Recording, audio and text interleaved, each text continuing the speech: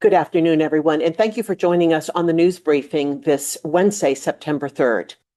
We are starting this week's briefing with an update on the battery removal process at the Vistra Moss Landing facility. We're very pleased to have two people here to talk about this. We have Kazami Brockman. He is the on-scene coordinator, EPA Region 9, and Dave Yeager, who's the director of project development at Vistra. Gentlemen, thank you for being here today. Kazami, would you like to start us off?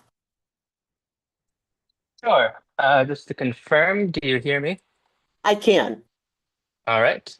Well, thank you very much. Hello again. My name is Kazami Brockman. I'm an on-scene coordinator with EPA Region 9 Emergency Response Program. Thank you for having us again here today.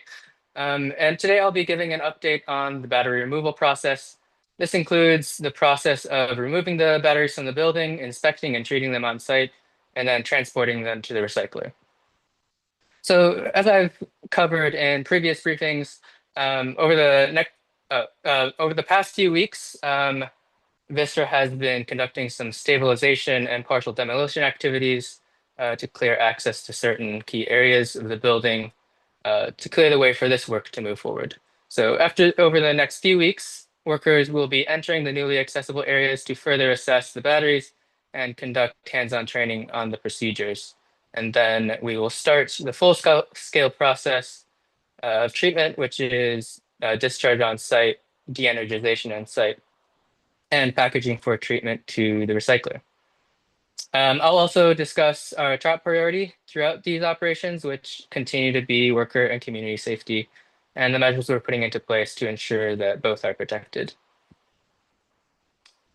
So crews finished delinking all the currently accessible batteries in mid-March, which greatly reduced the risk of thermal runaway events and further incidents. But as I've mentioned in previous briefings, batteries can be unstable, damaged batteries can be unstable, and we're focused on removing the batteries from the building and sending them for disposal and recycling in a safe and quick way as possible.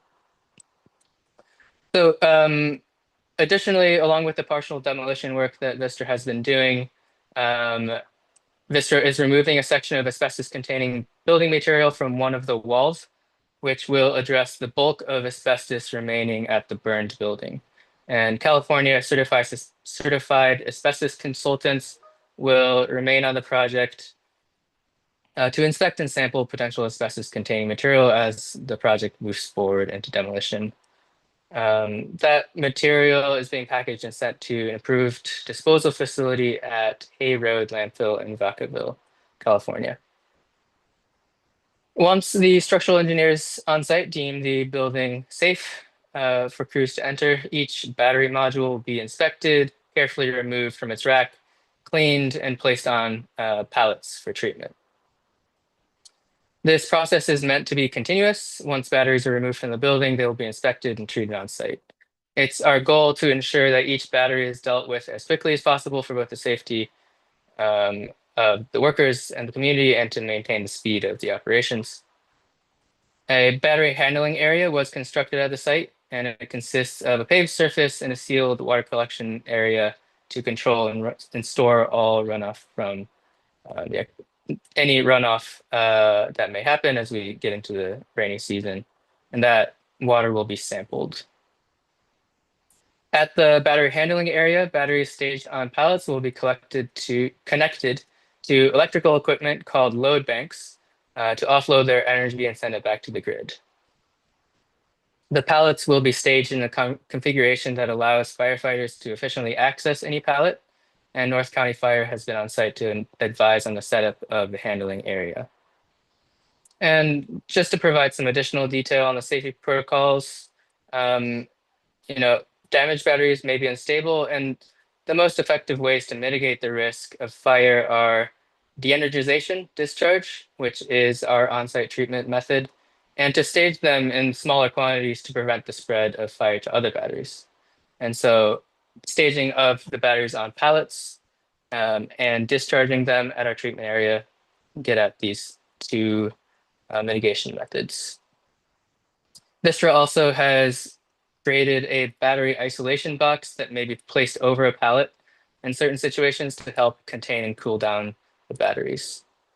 And while battery handling work is going on, EPA will continue to oversee air monitoring and air sampling 24/7 until EPA determines that there is no longer a risk to human health and the environment from the damaged batteries. This system has been active and expanded since the January fire and continues to show no exceedances of standards at the perimeter and in the community. Thermal cameras will be used to detect a rise in temperature in the batteries that could be an early indicator of risk or an issue. Vistra's private firefighting crew continues to conduct walkthroughs of accessible areas in the building and has not reported any issues. So all of these measures are out of an abundance of caution. EPA oversight is focused on both prevention of incidents as well as on response strategies should an incident occur. EPA has approved the recycler, the American Battery Technology Company. They have a battery recycling facility in McCarran, Nevada for this project. Under a legal authority called the offsite rule, Vistra cannot send certain waste to a facility unless it is approved by EPA. So EPA reviews the compliance history of a proposed facility and determines whether the facility is acceptable for receiving the waste, and usually this includes an inspection. So as the project moves forward, more disposal and or recycling facilities may be proposed by Vistra, and EPA will continue to review them for approval as appropriate. Once battery transport begins, we anticipate 2 trucks with battery material with batteries will leave the site per day. And this is based on the capacity of the recycler to accept waste. And it also allows us to be very intentional with a focus on safety as we start this new phase of work. As mentioned on previous briefings, other trucks containing scrap metal from the stabilization and partial demolition work will continue to leave the site. I'd expect around 4 to 5 trucks per day in this phase of work as Vistra starts to clear away some of the electrical equipment that was located on the south side of the building. EPA continues to work on the community involvement plan and is in the process of finalizing it with Vistra. We expect to finalize the plan before battery removal begins. The plan will be made public on EPA's Moss Landing Vistra Battery Fire webpage. So that concludes my remarks. Thanks again for the opportunity to speak with you all today, and I'll hang around to answer any questions. Kazami, thank you very much for that really thorough look at what is happening right now. I'd like to offer the floor to Dave Yeager from Vistra to share from Vistra anything that the public should be aware of. Hi, Dave. Yeah, hi. No, thanks for allowing us to join you today. I'm here just to really answer some fielded questions, so no prepared remarks. So I'll be here for any questions. Fantastic. Thank you very much. So folks can put questions in chat for our speakers. Kazami, let me ask you, are we still on track, given the update that you've provided, are we still on track for that year disposal, kind of completion, or has anything changed? I would say previously I mentioned we expect this to take more than a year, at least a year. I think the process is still on track. We haven't seen any significant delays at this point. Thank you. And I do have questions for you, and I'm going to break this as a multi-part question, so I'll break it up for you to make it easy. What date will battery removal begin? Do you have a date for that? I would expect, as we talk about battery removal, I'm assuming you mean removal of batteries from the site for transportation. Let's go with that. Okay. I would expect that to start the week of September 22nd. Okay. And then how long, if we start on the 22nd, the second part of this question is, how long would that take for the complete battery removal? Yeah, good question. As I've kind of covered before, it's a phased approach. Currently, we're addressing a subset of batteries which are less damaged. A lot of them were not impacted directly by the fire, but were also at higher states of charge. And so this phase of work, I'm expecting to carry on for a few months. I'm thinking February.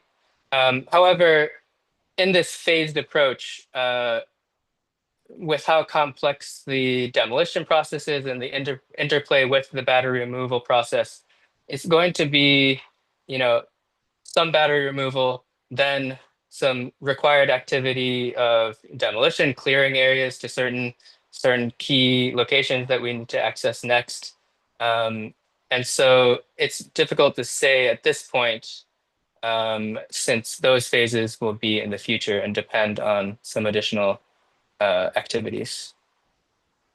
Thank you. And then the last part of this question is, how many truckloads do you estimate will go to Nevada? You identified some trucks going to Vacaville and then others to this company-approved vendor in Nevada.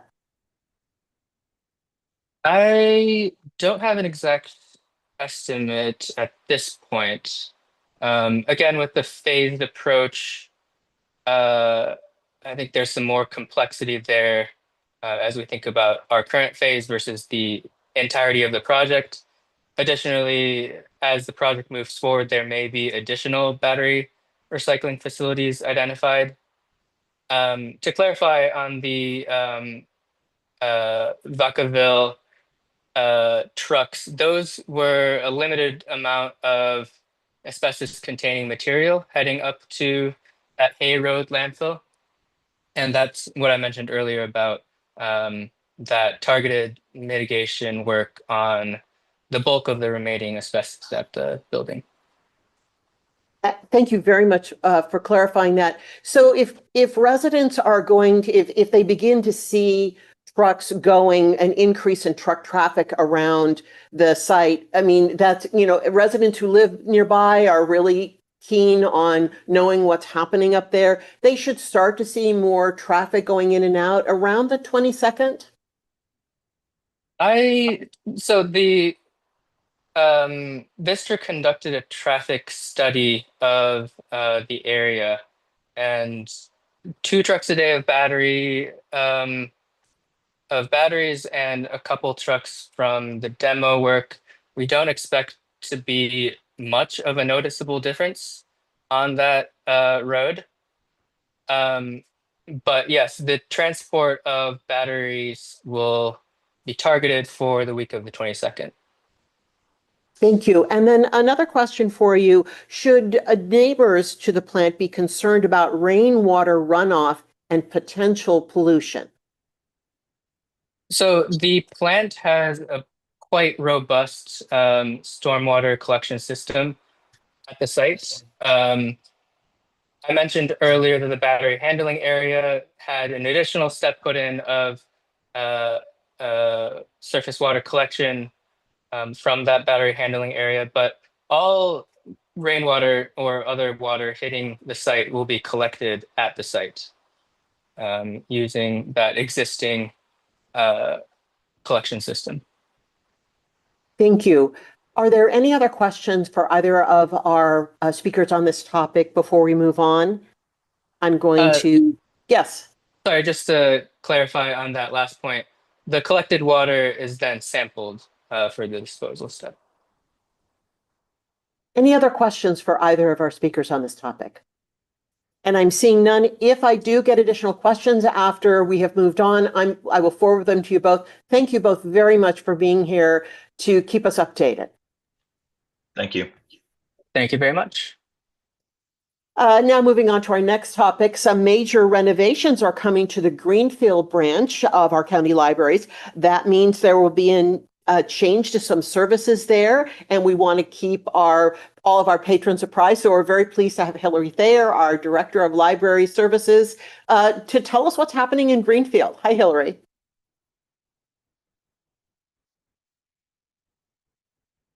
We see you, but don't hear you.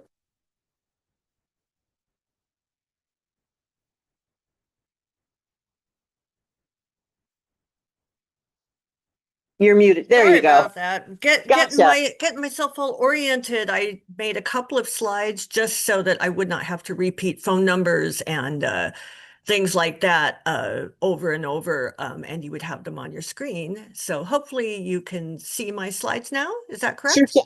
We see you. Excellent, excellent. So this is just a brief presentation to alert you first to the current project at Greenfield Library, and then some upcoming projects and all your options for library services in the meantime. So Greenfield branch is getting a new roof. We are very excited. We never like doing what we call the rain bucket dance, where you put buckets out in the middle of the library when it's raining and put up enough caution tape and cones that nobody trips over it. And we're very excited. It is going to be the same style of the roof currently on the building, which is one of those beautiful Spanish tile style buildings. The project date's starting next week, ending at the end of October. We do plan to have the library completely closed for the first week, and then we will assess after that, which means we make no promises. We may be completely closed for the entire project duration. Part of it, we may be able to open for a limited amount of time. We may be able to provide curbside. It may be day to day. So to serve the community while we're there, we have set up a few things. First is there'll be no book return available at the branch. The book return at that library is a slot in the wall of the branch, and it's a construction site. So we definitely don't want people walking up to the building where we're tearing off the roof and trying to return books. So just don't plan on returning your books. We do not charge overdue fines. If you have concerns, you can give us a call. You can return your items at any bookmobile stop, any other branch. This includes any branch in Monterey, any branch in Santa Cruz. You can return the books in Hollister. They will get home to us. The wireless will stay on. We anticipate regular hours for wireless internet, and it is quite strong. So if you can get anywhere near the library, such as the adjacent parcel called Hicks Park, you should be able to access wireless. The phones will be forwarded.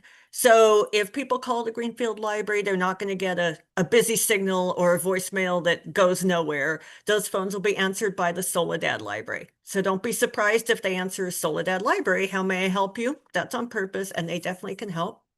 For people who have holds that they've set to be picked up at Greenfield, we can reroute your holds. We can route them to the bookmobile. We can route them to another branch. We can have them mailed to you. We just route them to library by mail. All those services are free. We are setting up some bookmobile visits. So check our library calendar or give us a call. If you want to be in Greenfield, you want a browsing collection, you want to know when the bookmobile is coming, because we are setting up the bookmobile. We just don't have quite a schedule done yet. Print, scan, and copy is the thing we don't have a way to do other than the bookmobile or an alternate branch.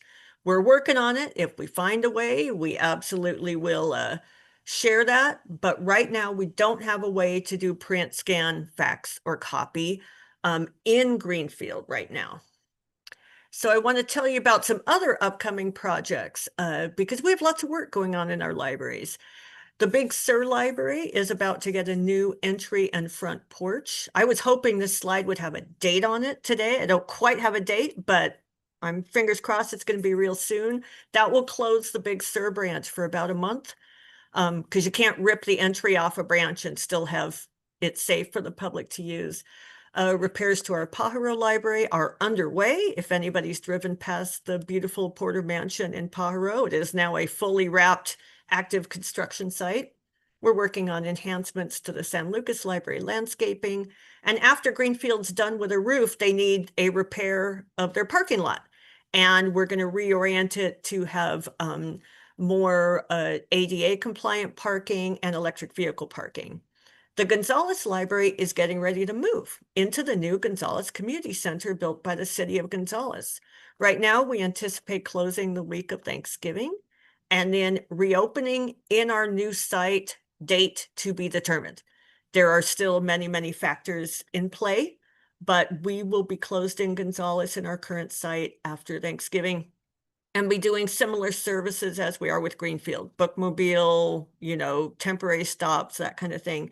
And of course, we are building new libraries in Bradley and East Garrison, brand new library builds. that should start coming out of the ground next year and be really exciting. For everybody, for any need, bookmobile stops, library by mail, reference via email, online materials, always available to you at all times. You don't have to wait for your branch to close to have these accessible to you. Thank you for giving me a chance to share, and I can answer any questions or send any further information to you. Hillary, thanks so much for walking us through all of this. You don't know how much you need the library till you don't have it. That is true. We definitely have a lot of people who enjoy the physical place of a nice branch library. And while we can't be there for the physical place, we hope to make this project happen really quickly. And then our physical place will be much nicer as a result. Like I said, without buckets in the winter catching the rainwater through the roof. That's a good thing. Yeah, that's, nobody wants that. One thing that people may find surprising is the print scan copy services that you provide at the library. And people may not realize what an important asset the library is if you just need a copy of something. And so are people kind of concerned about, you're moving them to the bookmobile, alternate locations? Was that something that people responded to you concerned about? It is definitely a concern. It is. We know how heavily it is used, especially in communities that do not have a UPS store or a CopyMax or whatever they're called today. In many of the communities we serve, we are the only public print scan fax copy option that's readily available. We have been for 2 weeks tying ourselves up in knots trying to figure out how we could potentially do this in Greenfield. We don't have an answer yet. If we discover an answer, we will add it. We will put it on the website and our staff will know about it. We're working on the same thing for being closed in Gonzales. We don't have an answer yet. We think everything can be figured out. We will keep looking for a way, but it is a huge service in our libraries. Those machines are used a lot. We also are a public fax service. I don't know how many people know how much business is still done by fax machine. The answer is a lot. And we are a place you can come send and receive a fax. There you go. Well, these are long overdue renovations, but still, we're going to be holding your hand through it, and we really hope everything goes as smoothly as possible. Us too, knock on wood. Thank you, Hillary, very much for kind of keeping us updated, and we'll be following your progress. Thank you. All right, September is Suicide Prevention Month. This is a very good time for us to speak up and break the silence that often surrounds suicide, but it's also a good time for us all to know what resources are out there for us and the people that we love. There will be 2 suicide prevention resource fairs this month, which is part of that larger effort. We're very pleased to have Kelly Molton. She's the Deputy Director of our County of Monterey Behavioral Health to talk about both the month and the resource fairs. Hi, Kelly. Hi. Thank you so much for having us. So yes, September is Suicide Prevention Awareness Month, and it's a time for us to raise awareness, reduce stigma, and encourage honest conversations about mental health and suicide. Monterey County Health Behavioral Health is partnered with our Family Service Agency of the Central Coast and are hosting 2 resource fairs. Sandra, if you want to pull up the PowerPoint, we can go ahead and share that out for these group. And really, it's an opportunity for us to connect to our community, to link up resources, and to remind our community partners that even in times of hardship, that you're not alone. There's resources for you. And so, like was mentioned, this year we're hosting 2. One fair is going to be on September 5th in Soledad, and the other September 10th in Salinas. Both resource fairs will be held from 11 to 3 p.m. at those Hartnell College locations, as indicated in our flyers that will be dropped into the chat for folks to be aware of. And we really want to encourage all ages to come. We're going to have an opportunity to share resources. There will be a raffle. There will be some snacks and refreshments, as well as some speakers being able to speak about their experience with mental health and or suicide. So on the screen, you can see, our two locations. We're very happy to be able to partner with Hartnell College, both in Soledad and here in Salinas. Next slide. And then, we also want to make sure that the community is aware of the resources that we have. Obviously, Monterey County Behavioral Health is available for folks of all ages. Also to remind folks, if they're in more urgent need and they need help right now, to feel free to call our community crisis line at 866-615-1060, as well as our 988 number. You can call or text that, especially for folks who maybe are still grappling with stigma and or are more comfortable texting and remaining anonymous when they ask for help.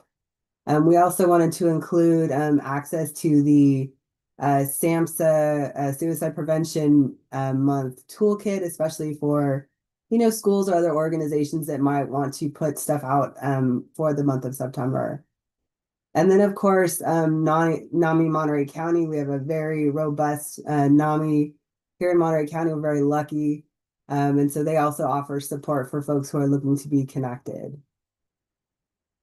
And with that, just a final shout out. We wouldn't be able to do our resource fairs without fantastic partners from the community that show up and provide services for our community members in need. And that concludes the comments, if there's any questions. Kelly, thanks so much for kind of walking through everything on this.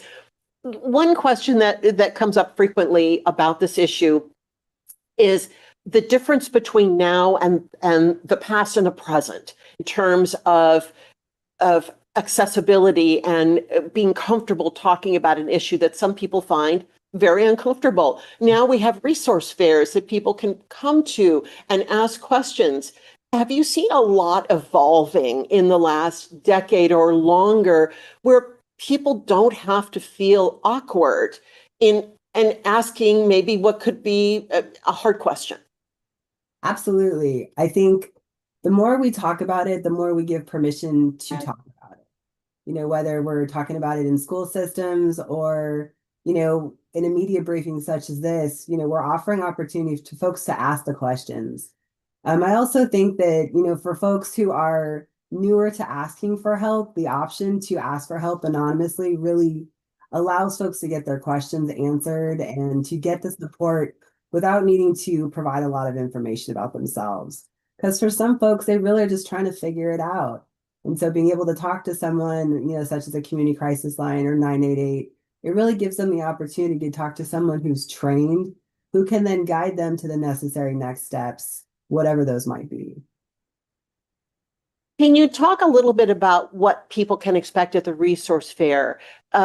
Because again, people might say, I feel really awkward going to this public place with my, something that I'm feeling, and I may want to ask about it. What can people expect to find there?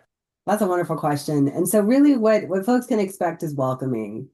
We gear this towards the whole age range. You'll see balloons, you'll see, raffle prizes. You'll see, booths that have folks sitting there ready with pamphlets and wanting to talk to folks. So it's meant to be non-intimidating. It's meant to be very welcoming. There will be refreshments and stuff like that. And so really it's about having the conversation and building community. So, we do have speakers that will be speaking at all the locations. So, like in Soledad campus is a little bit smaller, but more intimate gathering, whereas the Salinas is a little bit bigger. But other than that, expect welcoming people who want to talk to folks. Kelly, thanks so much for sharing all about the resource fair and the resources that if people can't get to the fair, that there are options for them, whatever their issue may be. Absolutely. Thanks for joining us. And we hope to hear more about the fair in the weeks to come. Absolutely. Thank you so much for having us. Thank you. And now we're circling back on an interesting story. You may recall several weeks ago, there was an alert that went out about wild pigs that were exposed to pesticide bait, and that bait turned their flesh blue and made them unsafe to eat. Well, there is a lot more to the story on this, and we're very pleased to have Zach Mills, who is a biologist with the California Department of Fish and Wildlife, here to talk about blue pigs and all there is to go with it, including hunter safety. Zach, thanks very much for being here and kind of giving us a broader look at this issue. Yeah, absolutely. Thanks for having me. Thanks for the introduction. My name is Zach Mills. I'm the district wildlife biologist with the Department of Fish and Wildlife. I work primarily in Monterey and San Benito counties. This report is focused at this point in time to Monterey County, which is the only place we've had this detection at this point in time in my district. Just going to provide a quick summary of the news release. It's had a lot of attention, not necessarily just in the United States, but it's even reached some global outlets. So I'm going to give kind of a high-level overview, and this more specifics onto the rodenticide, difascinone, and then just generally our messaging to hunters and anybody who may be encountering some of these animals or animals that have abnormal symptoms. So yeah, with that, the California Department of Fish and Wildlife confirmed the presence of rodenticide difascinone in wild pigs. In March of 2025, I responded to several reports of wild pigs with abnormal blue-colored flesh. Those reports first came in through an urban trapper, but I also had reports from hunters in the same general area. The first round of reports, they had reported it to me, but they had already discarded the remains of the animals. So I put out kind of the alarm to anybody if they saw any of these blue-colored pigs to reach out to me directly as quickly as they could. I got another carcass late March, I believe it was March 26th, 2025, that was subsequently submitted to the UC Davis Animal and Food Safety Laboratory, their pathology lab, where they performed full pathology and difascinone contamination was confirmed. We got those results in May of 2025. As part of the investigation at UC Davis, tissue samples were analyzed for 8 different agents commonly used in rodenticides, and difascinone was the only agent of concern or contaminant of concern that was identified in that pathological analysis. Difascinone is a first-generation anticoagulant rodenticide used to control rodent populations primarily. Like other anticoagulants, it works by inhibiting the vitamin K recycling, disrupting blood clotting of the target animal. Unfortunately, rodenticides sometimes spill over into non-target wildlife, such as carnivores, raptors, scavengers, that may consume the poison bait directly, which is the case of the wild pigs, or they could accumulate indirectly in the case of a carnivore that may eat a rodent that passed away from difascinone. There's still an exposure if it were then to eat the animal that had consumed the difascinone. This can result in secondary poisoning, leading to internal hemorrhage, weakness, and ultimately death in animals that do consume the contaminated baits.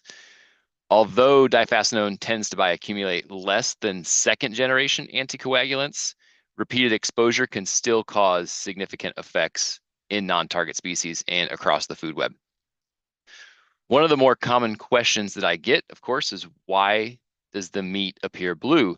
And for anybody who's seen the press releases and different news outlets with the difascinone and toxicity, or the blue pig invasion, they're calling it, you'll notice that the blue is really a bright blue, shockingly blue. We're not talking just an off-color blue. We're talking bright, almost blueberry-like blue.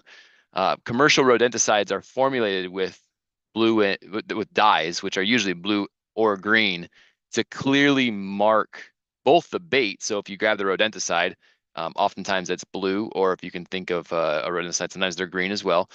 But secondarily, it's a signal that affected tissues should not be consumed. So that color, that dye, accumulates in the tissue of the animal that consumes it. In wild pigs that were exposed to difascinone, hunters are going to notice that blue as soon as they open the abdomen to process the animal. It accumulates in the fat tissue that would be right inside the belly. A combination of the dye and potentially internal hemorrhage can also combine to create, different colors, but generally it's shockingly blue, and the meat, that should be a clear signal to the harvester that meat should not be consumed. It's a moment to really pause and say, that's an abnormal color, and reach out to the Department of Fish and Wildlife. I have a section on the role of hunters in the public, and one thing I want to stress is that the public and hunters are our eyes and our ears in the field. If they do observe wild pigs or other wildlife showing abnormal behaviors, unexplained deaths, or they observe carcasses that have blue or abnormally colored flesh, please report it immediately to the California Department of Fish and Wildlife Health Laboratory. These reports are absolutely critical for detecting emerging threats and protecting wildlife, wildlife and for protecting human health. CDFW also emphasizes that rodenticides be deployed safely, responsibly, and only in alignment with local guidelines and regulations. Proper use helps prevent unintended exposure of non-target species, including wildlife and game animals, while still supporting rodent management objectives. I've had a lot of questions as to where this happened, and it's tough to think of a toxin exposure or a contaminant exposure, because it can occur wherever that exposure is. It's not necessarily like a bacterial or viral process that transmits through the population. So we may see this spring up at different locations. At this point in time, it has been generally in the Salinas River corridor, south of Soledad. And I've had a couple reports extending further east toward the foothills of the Gabilan Range. But the issue is it can really pop up anywhere, anytime. It doesn't mean it's confined to that area. It can occur wherever diphacinone exposure is occurring, and it doesn't transmit from pig to pig like a disease process, a traditional disease process when we think bacterial or viral diseases.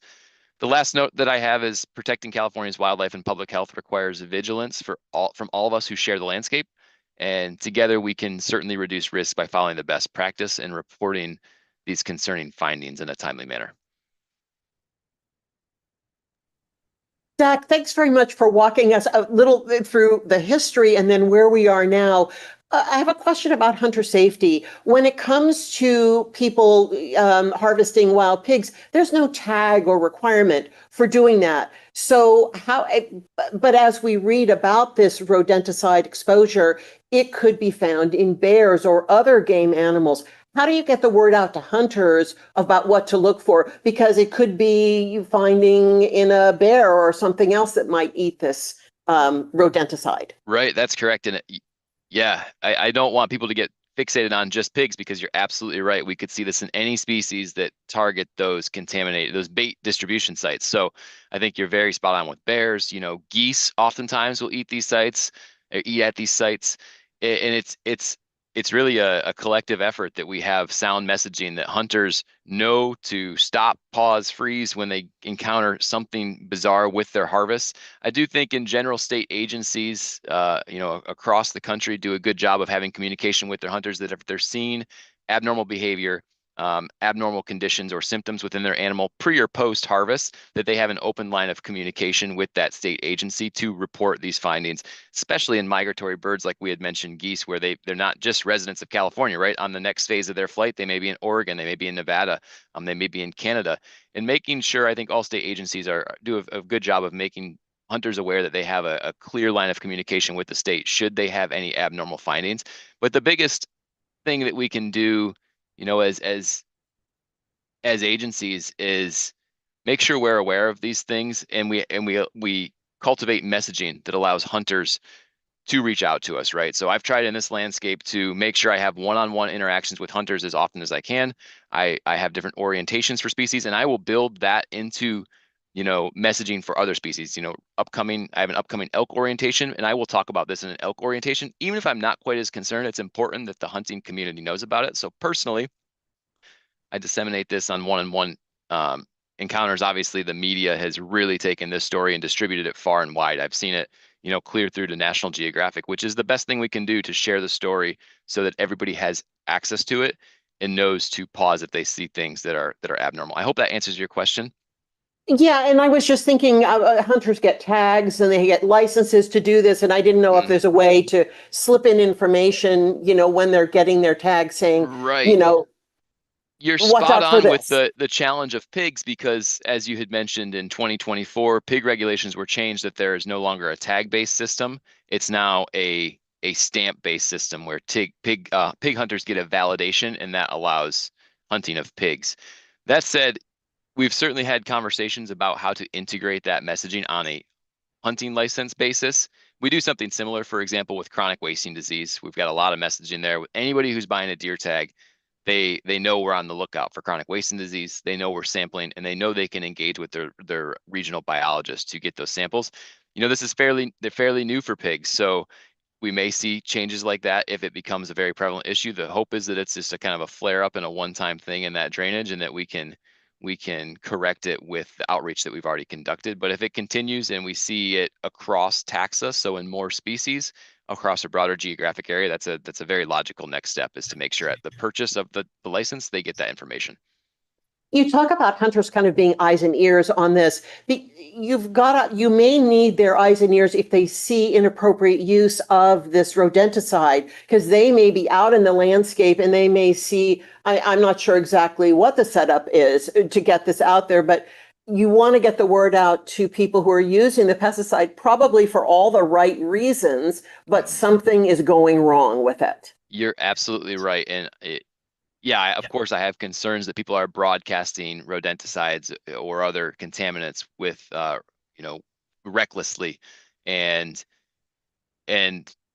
yeah, that's a tough situation, because even if everybody's following the same policy, but the pigs are still using the Salinas River drainage, that's a very large area, and pigs, unbeknownst to most, will commute large distances. So just because we got the pigs where they were, that doesn't mean that's the only exposure, or that was the exposure necessarily, because the pigs locally will commute 4, 5, 6, 10 miles from where they bed during the day to where they eat overnight, and they can be moving that. So yeah, that's why I emphasize that it's a very collective action. And if I have reports, I generally work with our team in Sacramento of people incorrectly using rodenticides or broadcasting them, which ultimately trickles down to interacting with the county ag commissioner to help with that process. And I just think, all of us collectively have to keep our eyes and ears to the ground and be ready for these reports, of which, with these news articles, I've received, numerous reports.